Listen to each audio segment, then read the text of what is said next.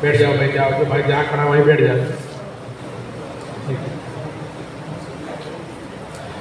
انشاءاللہ بہت قیمتی وقت ہے، اثر کے بعد کا وقت بہت قیمتی ہے دوستوں بزرگوں. بولتے دوستوں بزرگوں کو پوری زندگی بہت قیمتی ہے، جو اللہ تعالیٰ نے 60-70 سال کی زندگی مرحمت فرمائی ہے، یہ بہت قیمتی ہے. پھر اثر کی نماز کے بعد کا وقت اور زیادہ قیمتی ہے. کہ حدیث پاک کا مفہوم میں اللہ تعالیٰ فرماتا ہے کہ تو فجر کی نماز کے بعد اور عصر کی نماز کے بعد تھوڑی دیر مجھے یاد کر لیا کر، میں درمیانے حصے میں تیری کفالت کروں گا.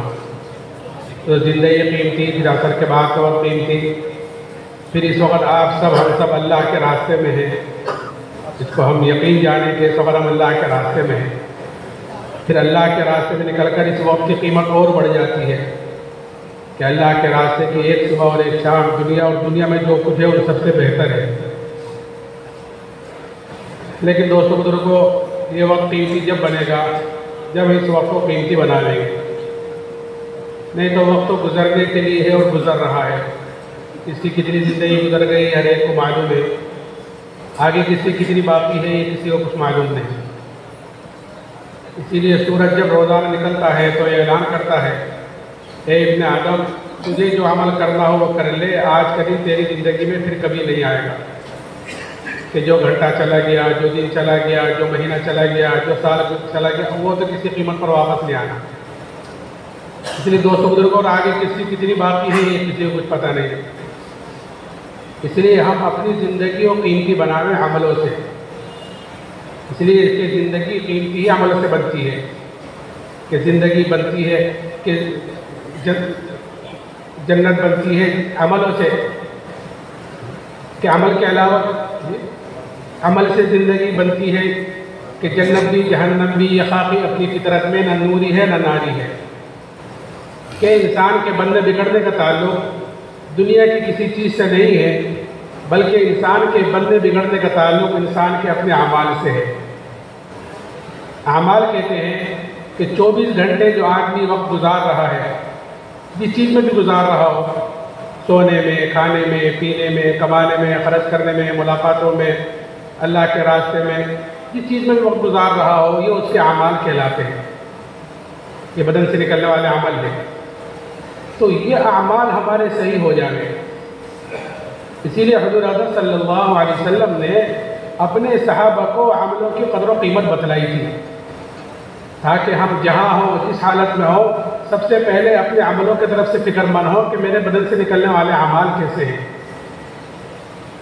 اور حضور اعظم صلی اللہ علیہ وسلم نے اپنے صحابہ کو مثالیں دے دے کر عملوں کی قدر و قیمت بتلائی تھی. ایک مرتبہ آپ نے پوچھا اپنے صحابہ سے کہ جانتے ہو تمہاری مثال، تمہارے اہل و عیال کی، مال کی مثال، اعمال کی مثال کیسی ہے؟ آپ نے فرمایا کہ اس کی مثال ایسی ہے جیسے ایک آدمی کے 3 بھائی ہوں، اور اس آدمی کے اوپر موت کا وقت قریب آ گئے، دنیا سے جانے لگے، تو ان تینوں بھائیوں میں سے ایک بھائی کو بلائے اور بلا کر یہ پوچھے کہ بھائی تم دیکھ رہے ہو میرے اوپر کیا مصیبت آ رہی ہے، کیا وقت آ رہا ہے، اس مصیبت کی گھڑی میں تم میری کیا مدد کرو گے؟ وہ کہتا ہے کہ بھائی میں تیرے ساتھ رہوں گا، جب تک تو دنیا میں موجود رہے گا تیرے ساتھ رہوں گا، تیری تیمارداری کروں گا، تیری خدمت کروں گا، اور جب تیرا انتقال ہو جائے گا تو تجھے نہلاؤں گا، دفناؤں گا، کفناؤں گا، اور تیرے مرنے کے بعد لوگوں میں تیرا ذکر خیر کروں گا کہ بھائی تو ایسے تھے، بھائی تو ایسے تھے. لوگ مرنے کے بعد تعریفیں کرتے ہیں، صفات بیان کرتے ہیں. آپ نے فرمایا یہ اس کے اہل و عیال ہیں، اس کے گھر والے ہیں. پھر دوسرے بھائی کو بلا کر یہ پوچھتا ہے کہ بھائی اس مصیبت کی گھڑی میں تم میری کیا مدد کرو گے؟ تو وہ کہتا ہے کہ بھائی میرا تیرا واسطہ تو زندگی تک کا ہے، جب تک تیری سانس چل رہی ہے اس وقت تک تجھے مجھ سے جتنا فائدہ اٹھانا ہے اٹھا لے، جتنا نفع اٹھانا ہے اٹھا لے، کہ جب تیرا انتقال ہو جائے گا تو تو دوسری طرف جائے گا، میں دوسری طرف جاؤں گا. آپ نے فرمایا یہ بھائی اس کا مال ہے. آپ دیکھو کہ کوئی چیز آدمی کے ساتھ نہیں جاتی، یہاں تک کہ اگر انگوٹھی پہن رکھی اور وہ نہیں نکلتی تو اس کو بھی کاٹ کر نکال لیتے ہیں. کفن بھی اس لیے پہنا دیا جاتا ہے کہ انسان اشرف المخلوقات ہے، اس کی بے حرمتی نہ ہو جائے، اس کی بے پردگی نہ ہو جائے، نہیں تو قبر میں جا کر وہ بھی سل گڑ کر ختم ہو جائے گا. کہ کل قیامت کے دن ہر آدمی اپنی قبر سے ننگا اٹھے گا، جس طرح دنیا میں ننگا آیا ہے ایسے ہی ہر آدمی اپنی قبر سے ننگا اٹھے گا۔ تو آپ نے فرمایا یہ اس کا مال ہے جو یہاں ساتھ چھوڑ دے گا۔ پھر تیسرے بھائی کو بلا کر یہی پوچھتا ہے کہ بھائی اس مصیبت کی گھڑی میں تم کیا مدد کرو گے؟ وہ کہتا ہے ہاں بھائی میں تو تیرے ساتھ ہوں، جب تک تو دنیا میں موجود رہے گا تیرے ساتھ رہوں گا، جب تیرا انتقال ہو جائے گا اور تو قبر میں پہنچے گا تو وہاں بھی میں تیرے ساتھ رہوں گا، اور منکر نکیر کے سوالوں کا جواب میں دوں گا تیرے طرف سے، اور جب تیرے نامہ اعمال کھلیں گے تو تیرے نامہ اعمال کے ترازو میں بیٹھ جاؤں گا اور خوب کوشش کروں گا اس کو وزنی کرنے کی، اس کو بھاری کرنے کی، اس کو جھکانے کی، اور میں تیرے ساتھ رہوں گا یہاں تک کہ تجھ کو جنت میں داخل کرا دوں، وہاں تک تیرے ساتھ رہوں گا۔ پھر آپ نے پوچھا اپنے صحابہ سے بتلاؤ کون سا بھائی کارآمد ہوا، کام والا کون سا ہوا تینوں میں سے؟ صحابہ نے عرض کیا رسول اللہ پہلے دو تو بیکاری ثابت ہوئے جو یہی ساتھ چھوڑ دیں گے، کام آنے والا تو یہی ہے جو آخر تک ساتھ نبھائے۔ تو میں نے عرض کیا دوستو بزرگوں کہ ہماری زندگی گزر رہی ہے روز بروز، اور ہر آدمی اپنی قبر کی طرف، آخرت کی طرف روز بروز قدم اٹھا رہا ہے اور قریب ہوتا جا رہا ہے۔ اس وقت کو، وہاں کی اس چیز کو، وہاں کے اس وقت کو کہ ہمیں قیمتی بنانا ہے عملوں سے لگ کر، اور اعمال کا دار و مدار انسان کے یقین کے ساتھ ہے کہ جیسے اس کے اندر کا یقین ہوگا بدن سے نکلنے والے اعمال اس کے ہوں گے۔ تو اس لیے ہمیں سب سے پہلے اپنے اندر کے یقین کو پلٹنا ہے، اپنے اندر کے یقین کو بنانا ہے۔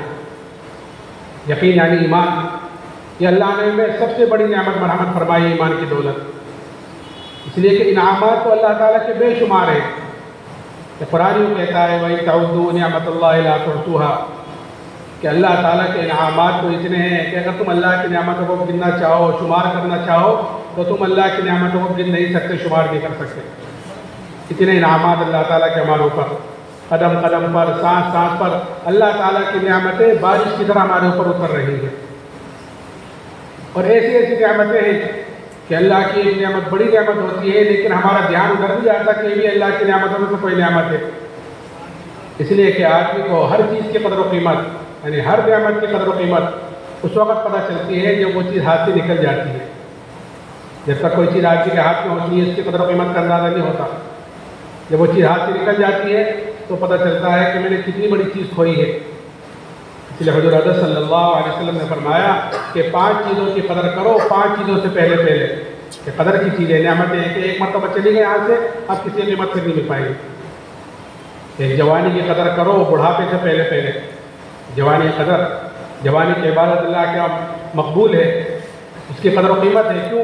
اس لیے کہ اس میں عادت قوی ہوتے ہیں، آدمی کے اندر خواہشوں کا بھی زور ہوتا ہے، ان خواہشوں کو قربان کر کر یہ آدمی اپنی جوانی اللہ کی عبادت میں، اس کے دین کو پھیلانے میں، اس کے دین پر چلنے میں اپنی جوانی لگاتا ہے، تو پھر ایسی جوانی کے بعد اللہ کا مقبول ہے کہ وہ 7 آدمی جو کل عرش کے سائے کے نیچے ہوں گے اس میں ایک وہ جوان بھی ہوگا جو جوانی میں اللہ کی عبادت کرتا ہوگا۔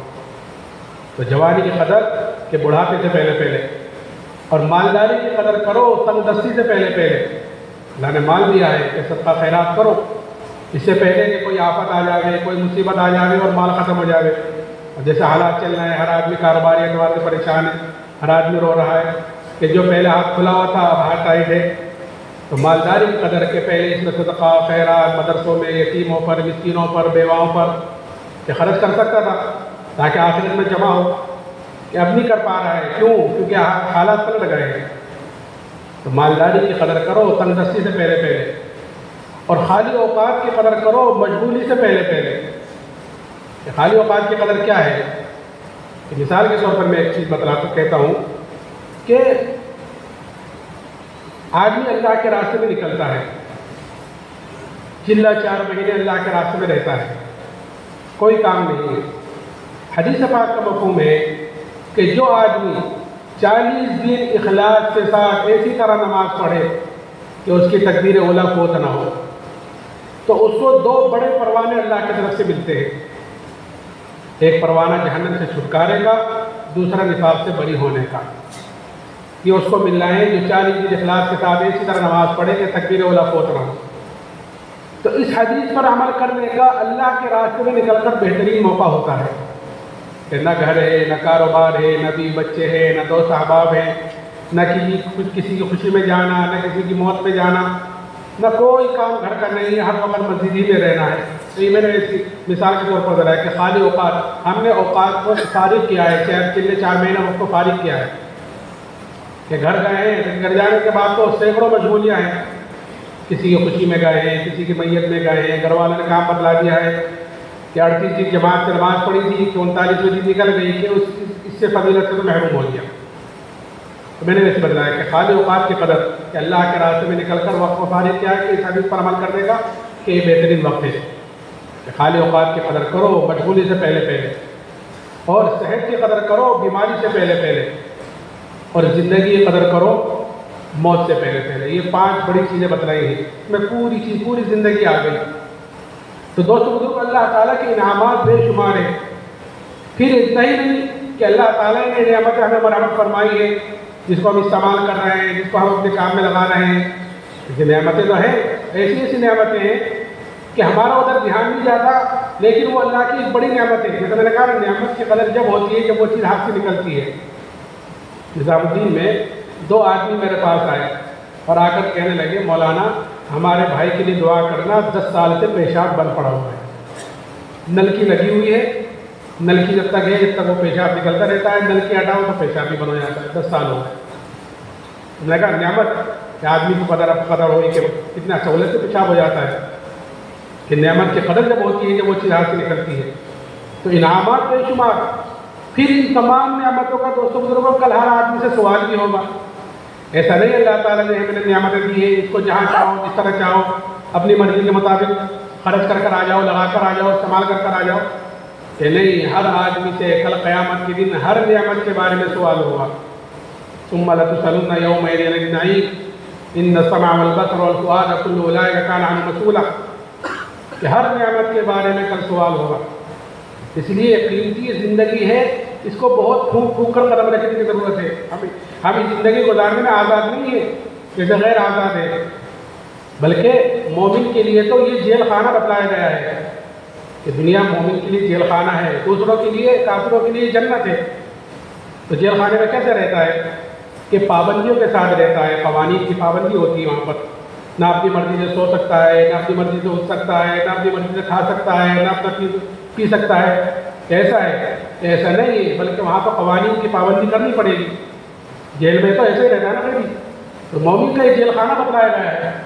تو یہاں پر تو پابندی ایک ہے کہ جناب رسول اللہ صلی اللہ علیہ وسلم کو مبارک طریقے کہ اس پابندی کے ساتھ زندگی گزارنی پڑے گی، خواہش کے مطابق اپنی زندگی گزارنی نہیں پڑے گی، خواہش کے مطابق اپنی زندگی نہیں گزارنی، یہاں پر جیل خانہ بتلایا گیا ہے۔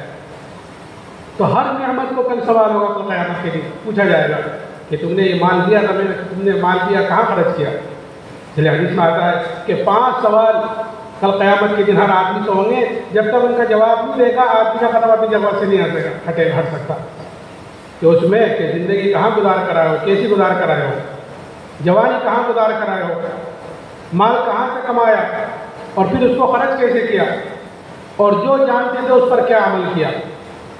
اسی لیے جناب رسول اللہ صلی اللہ علیہ وسلم نے موت سے پیدائش سے لے کر موت تک ہر موقع کی دعا بھی بتلائی ہے، ہر موقع کا طریقہ بھی بتلایا ہے، دعا بھی بتلائی ہے۔ اگر اس طریقے کے مطابق اگر ہماری زندگی گزر رہی ہے دوستوں تو ایسی زندگی کی اللہ کے یہاں قدر و قیمت ہے، اور اگر اس طریقے کے مطابق زندگی نہیں گزر رہی ہے تو اللہ کے یہاں وہ زندگی بے قیمت ہے، بے قدر ہے۔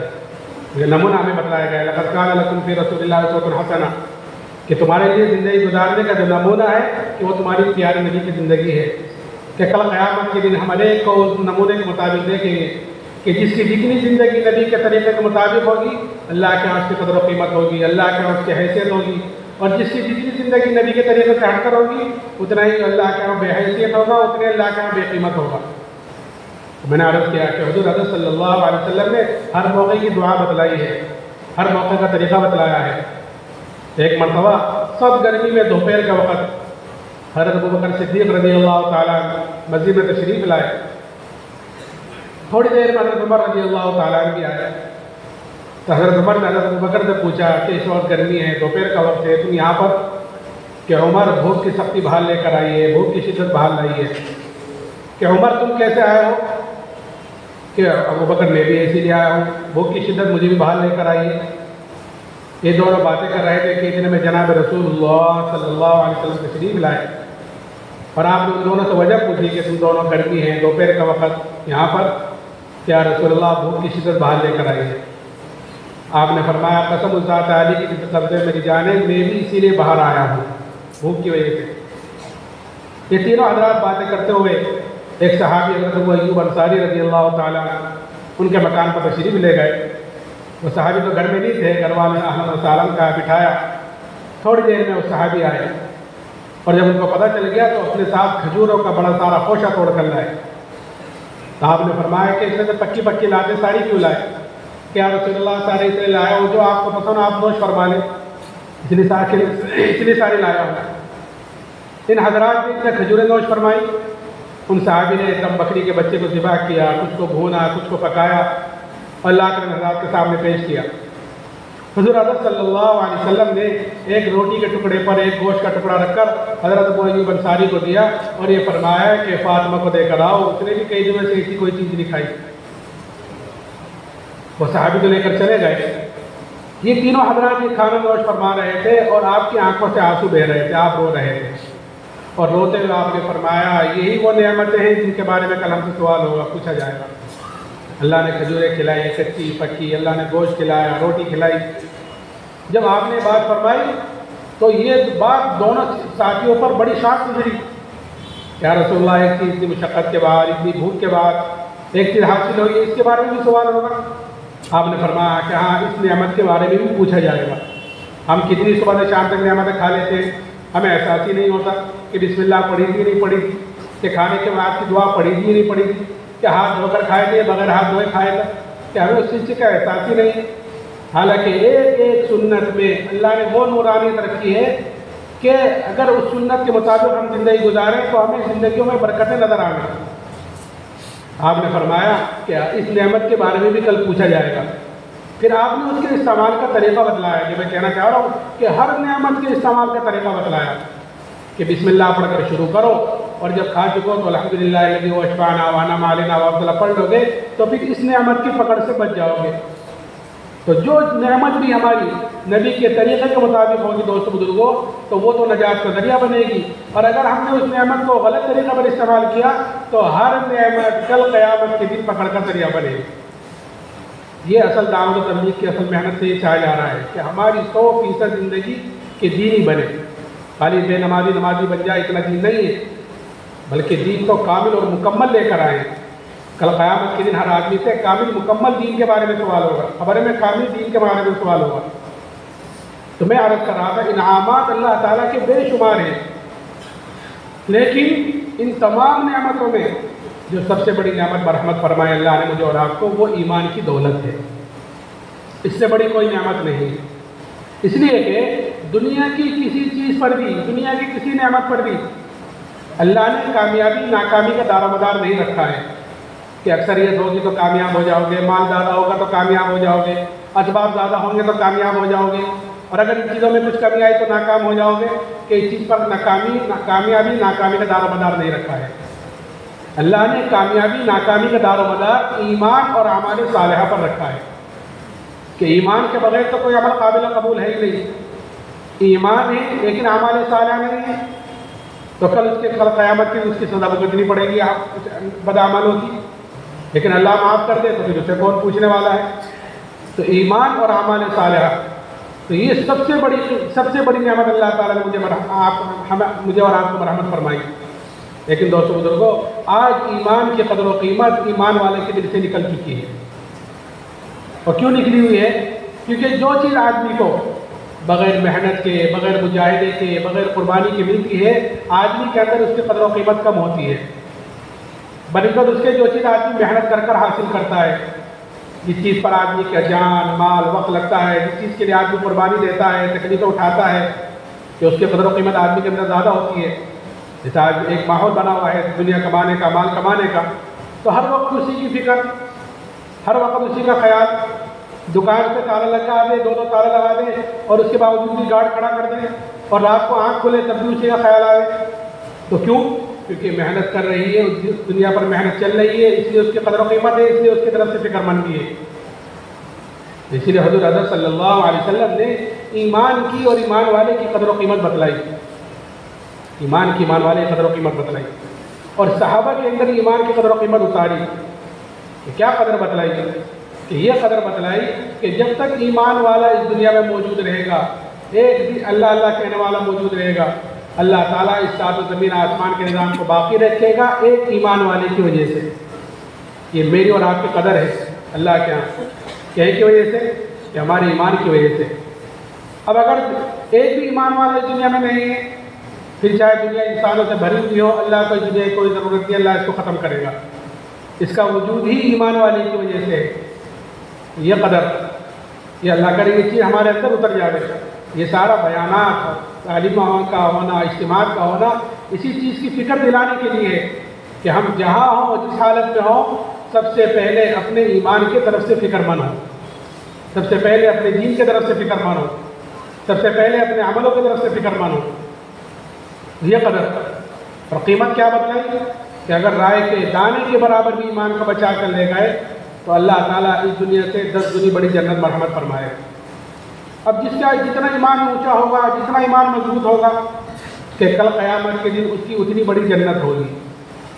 تو یہ دعوت تبلیغ والا کام اپنے ایمان کو بنانے کے لیے دوستوں بزرگوں، کہ اللہ کے راستے میں نکل کر چلے 4 مہینے میں جب آدمی ہر وقت مسجد میں رہتا ہے، اللہ کی بڑائی کو بولتا ہے، اللہ کی بڑائی کو سنتا ہے، تو اندر ایک کیفیت تیار ہوتی ہے، وہ ایمان کی کیفیت ہوتی ہے جو آدمی کو گزرے اوپر ندامت شرمندگی بھی کراتی ہے، آدمی کو توبہ استغفار پر بھی لاتی ہے، اور آئندہ کے لیے عزائم کرتا ہے کہ میں انشاءاللہ اس کام کو نہیں کروں گا۔ تو وہ اندر کی کیفیت ہوتی ہے، اندر آدمی ایمان بنتا ہے تو پھر یہ ساری چیزیں کھلتی ہیں، پھر آدمی کو فکر پیدا ہوتی ہے۔ ہاں، ایسے چلے 4 مہینے میں نکل کر 4 مہینے میں ایک آدمی نکلا تو اس کو نکل کر احساس ہوا، تو اس نے 18 سال کی اپنی زکوٰۃ ادا کی، فکر پیدا ہوئی تو میں نے 18 سال میں زکوٰۃ بھی دی، اور لوگوں نے اپنی نمازیں قضا کی، ہر نماز کے بعد ایک نماز قضا کرے، ہر نماز کے بعد ایک نماز قضا کرے، کیونکہ اندر وہ ایمان بنا تو فکر پیدا ہوئی، ایمان بنا تو فکر پیدا ہوئی۔ تو یہ قدر و قیمت دوستوں بزرگوں حضور اعظم صلی اللہ علیہ وسلم نے اپنے صحابہ کے اندر اتاری تھی، اور صحابہ کے اندر پھر یہ ایمان کی قدر و قیمت ایسی اتری کہ پھر صحابہ نے اس ایمان کے لیے جو اللہ نے مجھے اور آپ کو بھی مرحمت فرمایا، کہ اس ایمان کے لیے کہ ہر پریشانی کو، ہر تکلیف کو، ہر مصیبت کو برداشت کیا ہے۔ کہ حالات ہم تعلیم کے حلقوں میں بیٹھ کر صحابہ کے قصے سنتے رہتے ہیں، لیکن دوستوں بزرگوں یہ قصہ سننے سنانا، یہ تعلیم کے حلقوں میں بیٹھنا خالی اتنا نہیں ہے کہ اللہ کے راستے میں نکلے ہیں، یہ تعلیم مسجد کا ایک عمل ہے، اس کو تو بیٹھنا ہی پڑے گا، خالی اس لیے نہیں ہے، بلکہ یہ اس لیے ہے تاکہ ہم ان قصوں سے اثر لینے والے بنیں، اور اثر لے کر ان کے مطابق اپنی زندگی کو گزارنے والے بنیں۔ اس کی نیت کریں کہ ہم ہم تعلیم کے ذریعے سے ان قصوں کو سنیں گے تاکہ یہ چیز ہمارے اندر اترتی ہے بات، تو پھر عمل کی توفیق ہوتی ہے کہ جب ہم اپنے ایمان کو صحابہ کے ایمان کے مقابلے پر رکھ کے دیکھیں گے تو ہمیں پتہ چلے گا کہ ہم ایمان کے اعتبار سے بھی کتنے کمزور ہیں، کہ ہمارا ایمان تو اتنا کمزور ہے کہ یہ ایمان ہمیں دین پر تو کیا چلاتا ہے، یہ ایمان ہمیں فرائض پر بھی نہیں کھڑا کر پا رہا ہے۔ کتنے مسلمان بھائی ہمارے دیکھو جو نمازوں کی پرواہ نہیں، نمازوں کے لالے پڑے ہوئے ہیں، حالانکہ ایمان کے بعد سب سے اونچی چیز نماز ہے، اور یہ ہے کہ جس نے نماز چھوڑ دی کہ اسلام میں اس کا کوئی حصہ ہی نہیں ہے، لیکن لوگ بے پرواہ ہیں کیونکہ اندر بنا ہوا ہی نہیں، وراثت میں ایک چیز ملی ہوئی ہے، خاندان مسلمان، دادا مسلمان، باپ مسلمان، ہم مسلمان ہیں، گھر میں پیدا ہوئے تو ہم بھی مسلمان، اس لیے چل رہی گاڑی۔ تو ہمیں تو دوستوں بزرگوں ہمیں اپنے ایمان کو کام کا بنانا ہے۔ ایمان کام کا بنتا ہے کہ جب اس ایمان کے لیے قدم اٹھایا جاتا ہے، محنت کی جاتی ہے، قربانی کی جاتی ہے، تو وہ اپنے ایمان اپنا رنگ دکھلاتا ہے۔ تو صحابہ کے اندر یہ چیز اتری۔ ایک صحابی حضرت خباب بن ارد رضی اللہ تعالیٰ عنہ، ان سے ایک مرتبہ حضرت عمر رضی اللہ تعالیٰ نے پوچھا کہ خباب ان تکالیف کی تفصیل بتلاؤ جو ایمان کی وجہ سے تم پر آئی ہیں، جو حالات تم پر ایمان کی وجہ سے آئے ہیں، جو پریشانی جو ایمان کی وجہ سے آئی ہیں، جو مصیبتیں ایمان کی وجہ سے آئی ہیں، تو ان کی تفصیل تو بتلاؤ۔ تو خباب نے کہا میرے مومنین آپ ذرا میری کمر دیکھیں۔ جب کمر دیکھی تو حضرت عمر نے فرمایا کہ خباب ایسی قبر تو کسی کی نہیں دیکھی کہ تمہاری ہے؟ تو حضرت خباب نے فرمایا ہاں امیر المؤمنین، مجھے آگ کے انگاروں پر لٹا کر گھسیٹا جاتا تھا اور میری چربی سے، میرے خون سے وہ آگ بجھ جاتی تھی، کہنے کی وجہ سے کہ ایمان کی وجہ سے۔ ایک عورت کے غلام تھے، جب اس کو یہ پتہ چلا کہ جناب رسول اللہ صلی اللہ علیہ وسلم سے ملتے ہیں، یعنی ایمان لا چکے ہیں، تو سریے کو گرم کر کر اس سے ان کے بدن کو تاپ دیتی تھی، یہ تو ایمان سے پھر جاویں، نہیں تو یہ تکلیفیں برداشت کریں۔ اور پھر اتنا ہی نہیں، جب فتوحات کا دروازہ کھلا اللہ کی طرف سے، اس لیے کہ مومن کی علامت بتلائی گئی ہے کہ مومن جو کام کرتا ہے، جیسے ہم نے نماز پڑھی ہے الحمدللہ، کہ آگے عشاء ہے، مغرب ہے، اور کتنی نمازیں پڑھی ہیں، اور ہم نے اللہ کے فضل سے بہت سے خیرات کام کیے ہوں گے، خیر کے کام کیے ہوں گے، کہ مومن جو عمل کرتا ہے کہ مومن اس کا بدلہ دنیا میں نہیں چاہتا، ایمان والا اس کا بدلہ دنیا میں نہیں چاہتا، اس لیے کہ اس کو پتہ ہے کہ یہاں جو ملے گا وہ وقتی ملے گا اور تھوڑا ملے گا، آخرت کے اعتبار سے تھوڑا اور وقتی کے موت تک، اور آخرت میں جو ملے گا کہ وہ ہمیشہ کے لیے ملے گا اور دنیا سے بہت زیادہ ملے گا۔ مومن اپنے نیک عمل کا بدلہ دنیا میں نہیں چاہتا، اور جو کام کرتا ہے، جو نیک کام کرتا ہے کہ وہ اپنے اللہ کو راضی کرنے کے لیے کرتا ہے، کوئی دیکھ رہا ہے نہیں دیکھ رہا ہے، کوئی خوش ہے نہیں خوش ہے، کہ اس کی پرواہ نہیں ہے کہ میرا اللہ مجھ سے راضی ہو جائے گا۔ اس لیے حضرت صلی اللہ علیہ وسلم نے حضرت ابو ذر سے فرمایا تھا کہ ابو ذر، اللہ کے معاملے میں کسی ملامت کرنے والے کی ملامت کی پرواہ نہ کرنا، کہ یہ حکم آیا ہے کہ مجھے اس کو پورا کرنا ہے، کس طریقے پر؟ کہ جناب رسول اللہ صلی اللہ علیہ وسلم کے طریقے پر، کہ آپ نے شادی دیا اس طرح کرنے کو کہا ہے، میں ایسے ہی کروں گا، کہ دنیا کچھ بھی کہے کہتی رہے، کہ مجھے اللہ کا حکم ہے کہ میں اپنے کاروبار میں یہ حلال کماؤں گا، کہ کوئی کچھ بھی کہتا رہے، کہ مجھے اس کا حکم ہے، نبی نے طریقہ بتلایا ہے۔ تو اللہ کے معاملے میں کسی ملامت کرنے والے کی ملامت کی پرواہ نہ کرنا، یہ دین کا حصہ ہے۔ ایک مرتبہ حضرت جی مولانا نام لطفی صاحب رحمۃ اللہ علیہ انگلینڈ میں لندن کے ایئرپورٹ پر جماعت سے نماز پڑھنے لگے، جماعت سے نماز ہونے لگی، تو ساتھیوں نے کہا کہ حضرت آپ یہاں جماعت سے نماز پڑھ رہے ہیں، یہاں کے لوگ کیا کہیں گے، ذرا یہاں کے لوگ اس کو اچھا نہیں سمجھتے، کہنے لگے یہاں کے لوگ کیا کہیں گے؟ حضرت نے فرمایا کہ پڑھیں گے تو لوگ کیا کہیں گے، اور اگر ہم نہیں پڑھی تو اللہ کیا کہے گا؟ اگر ہم نے جماعت سے نماز نہیں پڑھی تو اللہ کو بھی جواب دینا ہے، تو اللہ کے معاملے میں کسی ملامت کرنے والے کی ملامت کی پرواہ نہیں کرنی ہے ہمیں۔ بزرگ نے فرمایا، تو میں نے عرض کیا کہ مومن کی یہ دو علامتیں بتلائی گئی کہ وہ اپنے نیک عمل کا بدلہ دنیا میں نہیں چاہتا اور بلکہ آخرت میں چاہتا ہے، اور جو کام کرتا ہے اپنے اللہ کو راضی کرنے کے لیے کرتا ہے۔ کہ جب فتوحات کا دروازہ کھولا ان تکالیف اور مصیبتوں کے بعد، ان حالات کے بعد، تو صحابہ اس پر رویا کرتے تھے کہ کہیں ہماری تکلیفوں کا، ہماری مشقتوں کا، ہماری نیک اعمال کا بدلہ کہیں دنیا میں تو نہیں مل رہا ہے۔ یہ چیز ہے، یہ ایمان بنایا تھا انہوں نے، ایمان کی قدر و قیمت اندر اتاری تھی، اس لیے ایمان کے لیے تکالیف اور مشقتوں کو برداشت کر رہے تھے۔ اور پھر اتنا ہی نہیں، اگر ایمان کے مقابلے میں کوئی چیز آئی ہے، مقابلے پر بھی آتی ہے نا کوئی چیز، جیسے نماز کا وقت ہو گیا، دکان کھلی ہوئی ہے، گاہک کھڑا ہوا ہے، اب ایک طرف گاہک آ گیا، ایک طرف نماز کا وقت ہے، تو مقابلے پر آ گیا، جب نماز کو جاؤں یا اس کو پورا کروں، تو شیطان کہتا ہے کہ اس کو پورا کر لو، جلدی سے چلے جانا، ایک اور آ گیا اسی میں، دوسرا تیسرا آ گیا، یہاں تک کہ جماعت نکل گئی، پھر اچھا جماعت تو نکلے گی، نماز پڑھ لوں گا، کہ یہاں تک کہ آہستہ آہستہ نماز قضا ہو گئی، تو یہ تو نماز کے مقابلے پر آیا۔ تو ایمان کے مقابلے پر، اس کے تقاضوں کے مقابلے پر صحابہ کرام رضی اللہ عنہ اجمعین کے جو بھی چیز آئی ہے کہ صحابہ نے اس کو بھی قربان کر دیا۔ ایک صحابی حضرت اللہ بن حذافہ رضی اللہ تعالیٰ عنہ، روم کی فوج نے قید کیا، قید کر کر بادشاہ کے سامنے لائے، بادشاہ نے ان کے اوپر نصرانیت کو پیش کیا کہ تم نصرانی ہو جاؤ تو میں آدھی بادشاہ تم کو دے دوں گا۔ وہ صحابیوں نے سوچا ہوگا کہ یہ بادشاہ مجھے کامل ایمان چھوڑنے پر آدھی بادشاہ دینے کو تیار ہے، اور نبی نے مجھ سے کیا کہا کہ اگر رائے کے دانے کے برابر بھی ایمان کو بچا کر لے گئے تو اللہ اس دنیا سے 10 گنی بڑی جنت دے گا، کہ کہیں دور دور تک بھی مقابلہ نہیں ہے، کہاں رائے کے دانے کے برابر ایمان بچانے پر 10 گنی بڑی جنت، اور کہاں کامل ایمان چھوڑنے پر آدھی بادشاہ۔ تو اسی وقت جواب دیا، آدھی بادشاہت نہیں، اگر پوری بادشاہت دے، اور پوری بھی نہیں، عرب کی جتنی بادشاہت ہے سب کی سب دے، جب بھی میں پلک جھپکنے کے برابر ایمان کو چھوڑنے کو تیار نہیں۔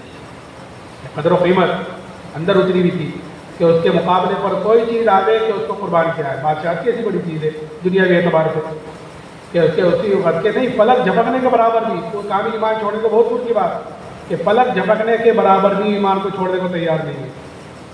اور پھر اتنا ہی نہیں کہ چھوڑ دیا، ایسے نہیں مانتے تو جاؤ گھر چلے جاؤ، نہیں، اصل تو دیکھو آدمی کو جو سیدھے راستے سے ہٹایا جاتا ہے یا آدمی سے کوئی غلط کام کرایا جاتا ہے وہ دو راستوں سے کرایا جاتا ہے، یا تو سیدھے راستے سے اس کو ہٹانا ہے یا اس کو کوئی غلط کام اس سے کروانا ہے، تو وہ دو راستے ہوتے ہیں۔ ایک تو لالچ ہوتی ہے، لالچ دے کر آدمی غلط کام کرواتا ہے یا صحیح کام کرنے کو منع کرتا ہے، یہ صحیح راستے سے ہٹاتا ہے۔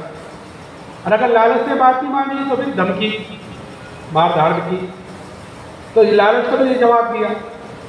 دوسری چیز دھمکی، دھمکی تو کیا اصل تو دوستوں بزرگوں ایمان والوں کے اوپر حالات آتے ہیں اللہ کی طرف سے، اور یہ دیکھنے کے لیے آتے ہیں کہ یہ اپنے ایمان میں کتنا مضبوط ہے۔ جو کہتے ہیں نا مسلمان ہیں تو حالات لاتے ہیں اللہ تعالیٰ، دیکھوں کیسے مسلمان ہیں۔ قرآن کہتا ہے الف لام میم الناس یترکون یقولون آمنا وهم لا یفتنون، کہ تم یہ گمان کرتے ہو کہ تم یہ کہہ دو کہ ہم ایمان والے ہیں تو تم آزمائے نہیں جاؤ گے، تمہارے پر حالات نہیں آئے گی کہ نہیں، آزمائش تو آئے گی۔ ہاں یہ ہے کہ ہر آدمی کے اوپر آزمائش جو آتی ہے وہ اس کے دین کے اعتبار سے آتی ہے۔ ہمارے اوپر وہ حالات بھی آئیں گے جو صحابہ پر آئے، تو صحابہ پر جو حالات آئے ہیں وہ ہمارے اوپر بھی آئیں گے، وہ گئے۔ ہاں چھوٹے موٹے حالات ہمارے اوپر آئیں گے کیونکہ ایمان کے اعتبار سے کمزور ہے، تو حالات آتے ہیں ایمان والوں کے اوپر یہ دیکھنے کے لیے کہ اپنے ایمان میں کتنا مضبوط ہے۔ تو جو غیر ہوتے ہیں وہ تو حالات کا مقابلہ حالات سے کرتے ہیں، یہاں تک کہ کمزور ایمان والے بھی کہ حالات کا مقابلہ حالات سے کرتے ہیں۔ جب حالات کا مقابلہ حالات سے کرتے ہیں تو حالات بجائے ختم ہونے کے اور بڑھتے ہیں، ختم نہیں ہوتے حالات کے، اور بڑھتے ہیں۔ کیوں؟ کیونکہ آگ سے آگ ہی کو بجھا رہے ہیں، حالات کو حالات سے ہی ختم کرنا چاہتے ہیں۔ لیکن ایمان والا حالات کا مقابلہ اعمال سے، توبہ استغفار سے، اللہ کی طرف رجوع کرنے سے یہ کیسے کرتا ہے۔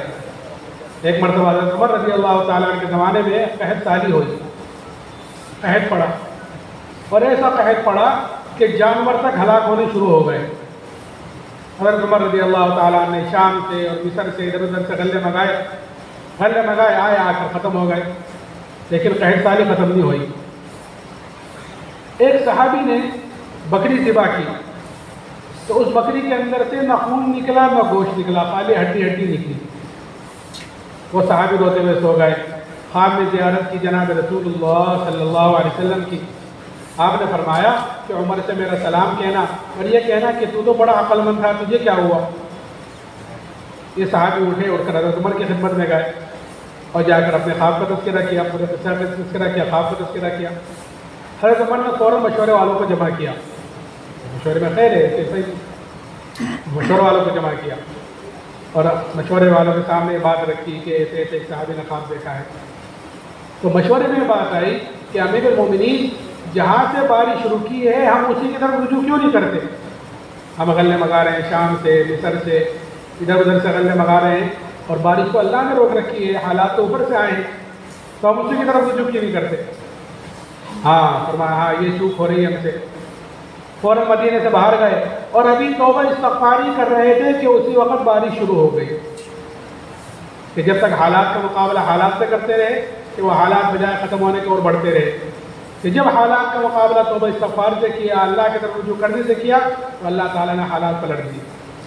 آج بھی دوستوں بزرگوں جو پوری امت پر اور خاص طور سے مسلمانوں پر یہ چاروں طرف سے حالات آ رہے ہیں، اس کا واحد علاج یہی ہے کہ ہر مسلمان اللہ کی طرف رجوع کرنے والا بنے، اپنے گناہوں پر اللہ سے توبہ استغفار کرنے والا بنے۔ ہر امتی پوری امت کے ذمہ دار ہے، اس لیے خالی اپنے طرف سے نہیں، پوری امت کی طرف سے اللہ کے سامنے گڑ گڑائے اور روئے کہ جہاں توبہ استغفار کرو گے کہ اللہ تعالیٰ حالات کو پلٹے گا، کیونکہ حالات کا تعلق اللہ کے ہاتھ میں ہے، اور حالات کا فیصلہ اللہ تعالیٰ ویسا کرتا ہے جیسے انسان کے اعمال ہوتے ہیں۔ چیزوں سے حالات کا بندہ بگڑنا نہیں ہے، ورنہ آپ دیکھو گے آج جتنے اسباب اس وقت موجود ہیں اس سے پہلے کبھی نہیں ہوئے۔ ہر لائن کے اعتبار سے دیکھو، سفر کی لائن سے، ڈاکٹری لائن سے، کاروباری لائن سے، بندے بنائے، ہر لائن سے دیکھ لو کہ جتنے اسباب آج موجود ہیں اس سے پہلے کبھی نہیں ہوئے۔ لیکن آج دنیا جتنی پریشان ہے اس سے پہلے کبھی نہیں ہوئی. کیوں؟ کیونکہ انسان کے اعمال خراب ہیں کہ ہمارے اعمال اوپر ایسے جا رہے ہیں جو اللہ کو ناراض کرنے والے ہیں. تو اوپر سے جو فیصلے آ رہے ہیں، جو حالات اتر رہے ہیں، وہ بھی ایسے اتر رہے ہیں جو ہمیں ناگوار گزر رہے ہیں. اگر دوستوں بزرگوں ہمارے اعمال اوپر ایسے جانے جو اللہ کو راضی کرنے والے ہوں، اس کو خوش کرنے والے ہوں، تو اوپر سے جو فیصلے آئیں گے وہ بھی ایسے آئیں گے جو ہمیں خوش کرنے والے ہوں گے، ہمیں راضی کرنے والے ہوں گے، ہمارے مطابق ہوں گے. اس لیے ہر آدمی اللہ سے توبہ استغفار کرے، اللہ کی طرف رجوع کرے. وہ کہہ رہا تھا کہ پھر دوسری چیز دھمکی دی کہ بادشاہ نے ایک دیگ منگائی، دیگ کے اندر پانی کھولایا.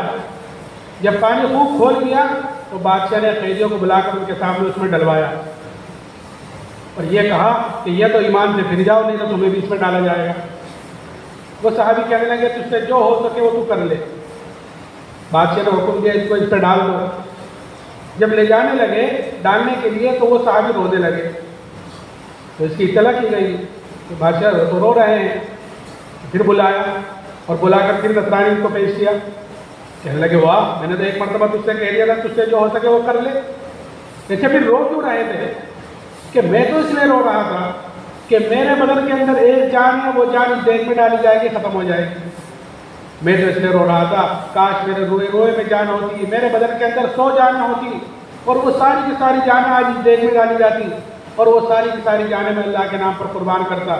کل قیامت کے دن اللہ جب مجھ سے پوچھتا اے عبداللہ دنیا سے کیا لایا، تو میں کہتا اللہ جتنی تجھے مجھے جانی دی تھی سب تیرے نام پر قربان کر کر آیا. تو یہ کہ ایمان کی قدر و قیمت اندر اتری ہوئی تھی کہ اس کے لیے جو ایمان کے مقابلے پر جو چیز آئی ہے کہ اس کو برداشت بھی کیا ہے اور جو چیز آئی ہے اس کو قربان بھی کیا ہے. تو صحابہ کرام رضی اللہ عنہم اجمعین اپنے ایمان کی طرف سے ہر وقت فکر مند رہتے تھے. میں نے کہا نا، جب آدمی کے اندر کسی چیز کی قدر و قیمت اتر جاتی ہے تو آدمی اس کے لیے اپنی ساری چیز جھونک بھی دیتا ہے اور ہر وقت اس کی فکر میں رہتا ہے. صبح شام کاروبار بڑھانے کی فکر میں اور اس کے نقصان پر ہم پریشان ہو جاتے ہیں، اس کی خوشی پر اس کی فائدے پر ہم خوش ہوتے ہیں. تو صحابہ کہ اپنے ایمان کی طرف سے فکر مند رہتے تھے، کیونکہ یہ ایمان کی علامت بتلائی گئی ہے کہ جب یہ نیکی خوش کرے، گناہ غمگین کرے، جب جان لے تو مومن ہے. اس لیے ہر وقت فکر مند رہتے تھے. اور اتنا ہی نہیں بلکہ چھوٹی چھوٹی باتوں پر اپنے منافق ہونے کا ڈر اندر پیدا ہو جاتا تھا. جب کسی چیز کی قدر و قیمت ہوتی جاتی ہے نا تو چھوٹی چھوٹی بات پہ آدمی اس کی طرف سے فکر مند ہوتا ہے. چھوٹی چھوٹی بات پر اپنے منافق ہونے کا ڈر ہوا. حنظلہ رضی اللہ تعالیٰ عنہ گھر میں بیٹھے ہوئے باہر نکلے کہتے ہوئے کہ ناپقہ حنظلہ، کہ حنظلہ تو منافق ہو گیا. کیوں آیا چیز کہ جب ہم نبی کی مجلس میں ہوتے ہیں تو ہمارے اندر کی کیفیت کچھ اور ہوتی ہے. جب آپ جنت کا، دوزخ کا، قبر حشر کا ذکر کرتے ہیں اور جب ہم گھر آ جاتے ہیں تو بیوی بچے پاس آتے ہیں، کچھ ہنسی مذاق کی بات شروع ہو جاتی ہے تو وہ کیفیت ختم ہو جاتی ہے جو نبی کی مجلس میں ہوئی. اور ابوبکر سے بات فرمائی کہ اس لیے حنظلہ نے منافق ہوا. تو حضرت ابوبکر نے فرمایا یہ چیز تو ہمارے اندر بھی ہے، تو چلو چل کر حضور کیسے پوچھتے ہیں. تو اتنی سی بات پر کہ نبی کی مجلس میں کیفیت کچھ اور ہے اور گھر میں آ کر اندر کی کیفیت کچھ اور ہے، اپنے منافق ہونے کا ڈر پیدا ہوا. کیفیت بدلتی ہے آدمی کی. جیسے مسجد میں آپ ماشاء اللہ بیان سنتے ہیں، تعلیم کے حلقوں میں بیٹھتے ہیں، یہ چلے 4 مہینے بھی نکلے ہیں تو اندر کی کیفیت کچھ اور ہوتی ہے اور جب گھر چلے جاتے ہیں تو اندر کی کیفیت پھر کچھ اور ہو جاتی ہے. اس لیے اللہ کے راستے میں نکل کر جو واپس جا کر مقامی کام کو پابندی سے کرنے کے لیے کہتے ہیں وہ اسی لیے کہ چلے 4 مہینے میں جو رنگ ہم پر چڑھا ہے وہ گھر جا کر باقی رہے. آدمی چلتا رہتا ہے تو چلتا رہتا ہے اور اگر کھڑا ہو جاتا ہے کام نہیں کرتا تو پھر جہاں تھا وہیں پہنچ جاتا ہے. جیسے کوئی آدمی نئی گاڑی خریدے، نئی گاڑی کہ اگر چلاتا رہتا ہے تو چلتی رہتی ہے، سالوں چلتی رہتی ہے، سروس کے لیے کمپنی جاتی رہتی ہے اور اگر اس کو لا کر کھڑا کر دے تو کھڑے کھڑے اس کے پرزے خراب ہونے شروع ہو جاتے ہیں. ایسے ہی آدمی کا حال ہے. اگر یہ اپنے عملوں میں چلتا رہے گا، مقامی کام کرتا رہے گا تو پھر یہ چلتا رہے گا، تقاضوں کو پورا کرتا رہے گا. اور اگر چلے 4 مہینہ لگا کر گھر جا کر بیٹھ گیا تو پھر جہاں تھا وہیں پر واپس چلے جائے گا، پھر اثر میں اس کو دوبارہ محنت کرنی پڑتی ہے. اس لیے حرکت میں برکت ہے، کہتے ہیں نا حرکت میں برکت ہے کہ اپنے آپ کو چلاتے رہو کہاں تک کہ یہاں تک موت آ جائے. ہم اس حالت میں اللہ سے ملے کہ اس کی دین کی محنت کرتے کرتے ہم دنیا سے جا رہے ہیں. ہاں تو اس لیے دوستوں بزرگوں اپنے ایمان کی طرف سے فکر مند ہونا یہ ہر آدمی کے ذمے ہے. یہ اجتماعات کا ہونا، یہ جوڑ کا ہونا، یہ چلے 4 مہینے کا ہونا نکالنا، یہ اپنے اندر اپنی فکر کو بدلنے کے لیے ہے کہ ہمارے اندر کی فکر بدلے، کہ ہمارے اندر اپنی دین کی کمزوری کا احساس پیدا ہو، ہمارے اندر اپنی ایمانی کمزوری کا احساس پیدا ہو۔ آدمی کے اندر جب کسی چیز کا احساس پیدا ہو جاتا ہے تو پھر آدمی کو خود ہی اس کی فکر ہو جاتی ہے، کسی کو کہنے سننے کی ضرورت نہیں ہوتی جب احساس پیدا ہو جاتا ہے۔ اور اگر احساس ہی نہ ہو تو پھر کہتے رہو، جیسے ایک آدمی مثال کے طور پر 4 لڑکے ہیں، 2 کماتے ہیں، 2 نہیں کماتے، تو جب ان کے پاس جائے ملاقات کے لیے تو وہ کہتے ہیں اس کو لے جاؤ، یہ کسی کام کا نہیں۔ یہ کیوں کام کا نہیں؟ کہ اس کے اندر احساس ہی نہیں۔ ایسے ہمیں اپنی احساس، اپنے اندر کی سوچ، ہمیں اس کو پلٹنا، ہمیں اس کو بدلنا ہے۔ اس کا مقصد ہے چلے 4 مہینے والی جوڑوں کا ہونا، کہ ہمارے اندر احساس پیدا ہو کہ میں کیوں دنیا میں آیا ہوں، میں کس لیے پیدا کیا گیا ہوں۔ افحسبتم انما خلقناکم عبثا وانتم الینا لا ترجعون۔ قرآن پوچھتا ہے کہ تم یہ گمان کرتے ہو کہ تم کو یوں ہی بیکار پیدا کیا گیا ہے؟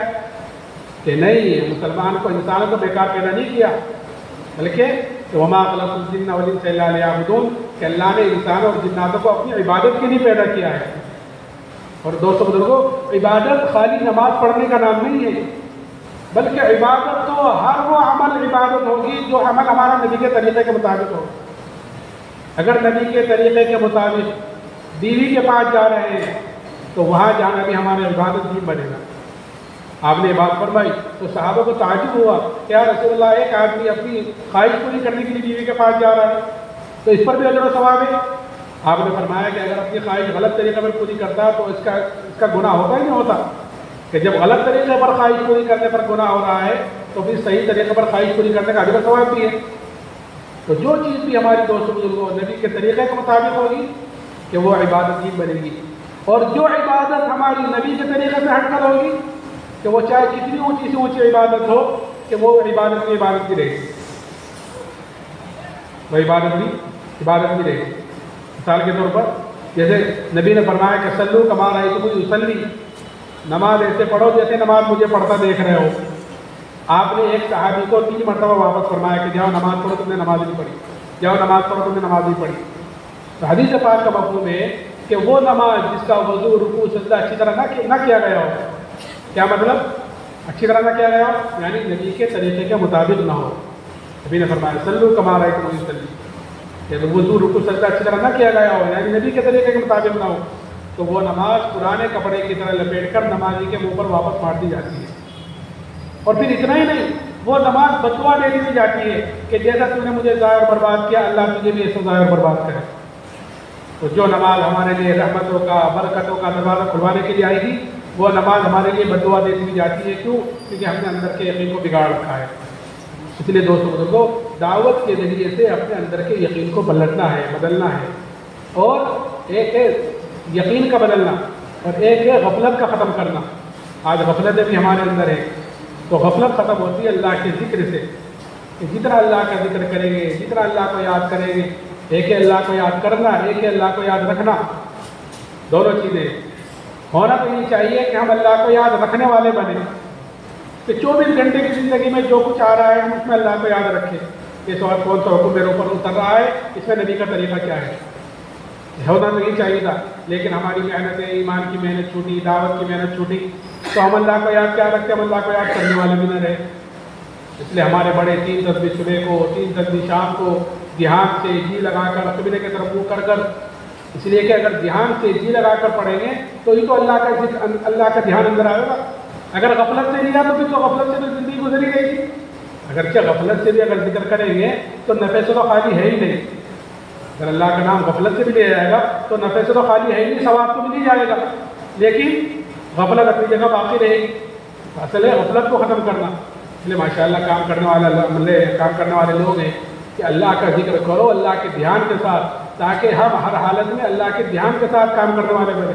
ہماری تو نمازی بھی اللہ کے دھیان کے ساتھ نہیں، ہمارا تو ذکر بھی اللہ کے دھیان کے ساتھ نہیں، اس لیے باوضو ہو کر قبلے کی طرف منہ کر کر یکسو ہو کر اللہ کا ذکر کریں گے تو اس سے انشاءاللہ اندر کا اندھیرا کٹے گا، کریں گے انشاءاللہ۔ اب تھوڑا بہت باقی رہے گی، جن بھائی کی جیب میں تسبیح ہیں وہ اپنی زندگی پوری کر لیں، اور انشاءاللہ مغرب کے بعد بھی بہت اہم بیان ہوگا حضرت مولانا کا، اس میں انشاءاللہ جب تقاضے کے لیے کھڑا کیا جائے گا اس وقت اپنے نام پیش کریں انشاءاللہ۔ اللہ تعالیٰ کے